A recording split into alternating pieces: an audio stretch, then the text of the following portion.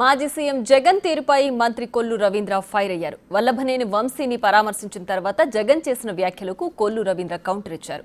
11 సీట్లకు పరిమితం చేసిన జగన్ ప్రవర్తనలో మార్పు రావడం లేదని మండిపడ్డారు. ఎన్నికల కోడ్ అమల్లో ఉందని అధికారులు చెప్పినా వినకుండా గుంటూరు మిర్చి యార్డుకు జగన్ వెళ్లడం పట్ల కూడా కొల్లు రవీంద్ర తప్పుపట్టారు. అసలు ఈ పోలీసుని ఏదైతే వాళ్ళ వంశీ గారి కేసులో గన్నవరంలో ఒక దళిత సోదరుడిని కిడ్నాప్ చేస్తే వాళ్ళ కుటుంబ సభ్యులు పెట్టినటువంటి కేసుకి పోలీసులు విచారణ చేసి అతన్ని అరెస్ట్ చేస్తే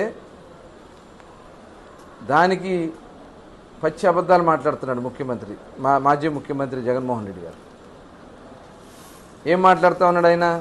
పోలీసులు తొత్తులుగా వ్యవహరిస్తూ ఉన్నారు, వంశీ ఏం తప్పు చేయలే, అందంగా ఉంటాడు కాబట్టి అరెస్ట్ చేశారు. ఏంటి అందం? ఏం మాట్లాడుతున్నాడో అసలు అతని మనిషా లేకపోతే ఏంటో అర్థం కాదు. సప్త సముద్రాల అవతల ఉన్నా రిటైర్ అయిపోయినా తీసుకొచ్చి నిలబెట్టి కొట్లోడు తీస్తాడు. ఎవరు కొట్లోడు తీస్తారు? నిన్ను కూడా తీశారు కొట్లో.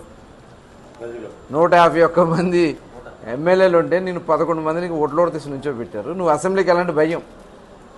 రేపు పొద్దున అక్కడ మీరు చేసినటువంటి తప్పిదాలన్నీ అక్కడ అధికార పక్షంగా మేము అడిగితే సమాధానం చెప్పలేవు కాబట్టి ఇవాళ నీకు అసెంబ్లీకి వెళ్ళి మాట్లాడతాక భయం. ఇప్పుడు ఏదో కావాలని చెప్పి రాద్దాంతం నిన్న వెళ్ళి మిర్చి ఆడికి వెళ్తారు గుంటూరులో. మిర్చి ఆడికి ఏంటి?